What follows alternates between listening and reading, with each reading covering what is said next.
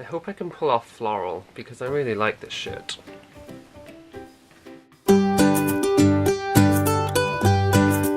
So hey guys, and welcome to another tag video, and today I'm going to do the opposites tag. Now I was actually tagged in this one, which makes for quite a change, and I was tagged by Kieran from Kieran Reads, whose channel I will leave linked below, and this video was originally created by a foreign booktuber, and I don't know what his name is or what he's saying, but I will leave that video linked down below. There are a lot of questions for this tag, so let's just get straight to it. The first one we have is the first book you bought and the last book you bought. For the first book I bought, I went with the first book I can remember reading when I was younger, and that is the Animorphs series by K.A. Applegate. I used to be obsessed with this series. I think there's something like 52 books in the series, and I read up to number 47, which makes me a little sad because I really should have finished it. Then the last book I bought was Veronica Mars and the $1,000 Tan Line by Rob Thomas.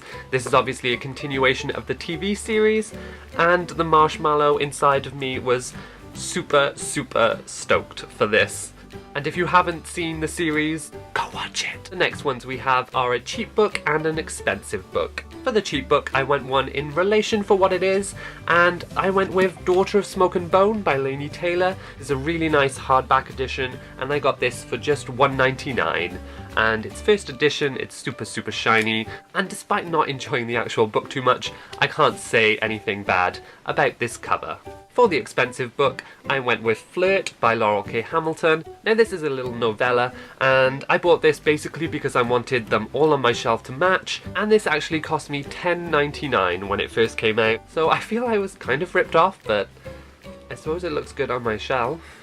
For the next one we have a male protagonist and a female protagonist. For the female protagonist, I went with, I can't even remember her name, Camille Preaker from Sharp Objects. She was just a really good protagonist. She was really dark and gritty, and she's a reporter sent back to her hometown to solve some murders there. She's a really great character. She was just very engaging and dark. She really stood out. And for a male character, I went with Sid from Proxy by Alex London. If you haven't read this book, this is really good. It's a retelling of The Whipping Boy, where rich people can actually buy poor people to take the punishment for the crimes they commit. And in this novel, our main character Sid has been bought by someone who has committed a murder, so he is sentenced to death for a crime he didn't commit.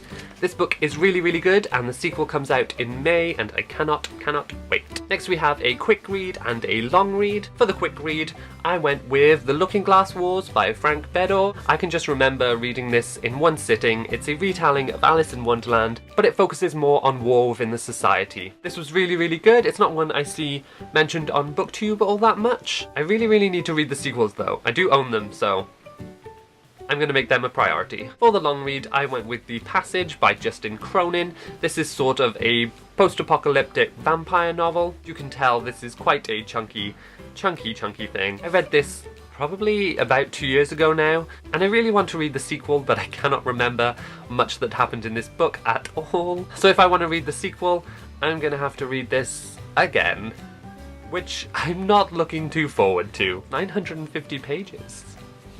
What we're going to do is a pretty cover and an ugly cover. For the pretty cover, I went with The Virgin Suicides by Jeffrey Eugenides. I think it's just really simple, and the colours are very bold. I think it really does sum up the novel as a whole. You have this slightly awkward looking photograph, but it's just really pretty, and that's kind of what the writing is like. The writing is really nice, but obviously it's a very awkward subject matter. So yes, pretty cover. For the ugly cover, I went with my very old edition of The Mysteries of Pittsburgh by Michael Chabon.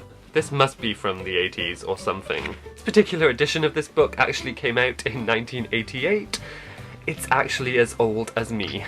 But this is actually the first edition I bought, and I really enjoy this novel, and I don't want to throw away the first one that I got. The next one we have is a national and an international book. I went with this one as just being different countries, national being my own obviously, and international being a different one. So for the national book, I went with Miss Peregrine's Home for Peculiar Children by Ransom Riggs.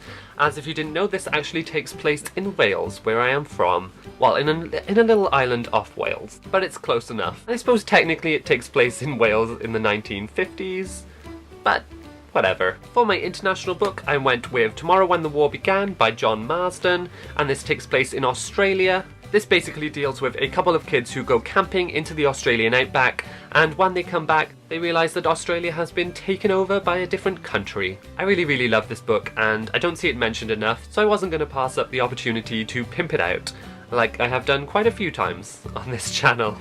The next section is a Fin and a Fic book, and for the Fin book I went with The Dreamers by Gilbert Adair. This tells the story of a young man who moves to Paris and sort of falls into love with a pair of incestuous twins. Strange novel, but it was a good one. There's also a movie of this starring Michael Pitt, Ava Green and Lewis Carroll, which is really good, just not one to watch with your parents. Yeah. For the fic book, I went with Clash of Kings by George R.R. Martin, and obviously you can see this is quite a beast of a book. Just under 900 pages. I actually have a longer book, and it's The Memoirs of Cleopatra by Margaret George, which is, I think, about 1300, but I couldn't find that for some reason. It's completely disappeared, so... But then again, if you're looking for a fic book, Game of Thrones really will not disappoint you. The next section is fiction and non-fiction. For the fiction book, I went with American Psycho by Bret Easton Ellis. Bret Easton Ellis is one of my favourite authors, and I'm sure all of you have seen the movie for this, and despite the movie being pretty good, I will say that the book is better. It may not be for everyone, but I consider this book to be somewhat of a bucket list book, and I wrote my dissertation on it in university, so I wrote 12,000 words on this book. It's gotta say something, right? Then for my non-fiction, and sticking with a sort of theme, I went with One of Your Own by Carol Ann Lee, which talks about the life and death of Myra Hindley, who's a female serial killer from the UK. I happen to find serial killers a little bit interesting. I own quite a few true crime books, and this is probably one of the best. So yeah, One of Our Own, Myra Hindley, giving you evil face. That's just creepy. The next books we have are a romantic book and an action book. For the romantic book, I went with one of my biggest guilty pleasures, and that is Storm by Bridget Camara. Basically follows the Merrick brothers, and each book has a different brother narrating it. In each book they solve some little supernatural element, but basically it's involving them finding a girlfriend. Really won't lie, I eat these books up completely. I own all 4 of them. The 5th and last one comes out this year, and I am excited for it. There is a 14-year-old girl inside of me. This book proves it. For my action book, I went with Tomorrow When the War Began, and I'm just gonna pimp this out twice because I am shameless. It's amazing. Everyone should own it. It's brilliant. Then the last section we have is a happy book and a sad book. For the sad book, I went with The Song of Achilles by Madeline Miller. This is a retelling of the Greek mythological story of Achilles, and the ending is really sad. I actually did cry, I think. I at least got teary.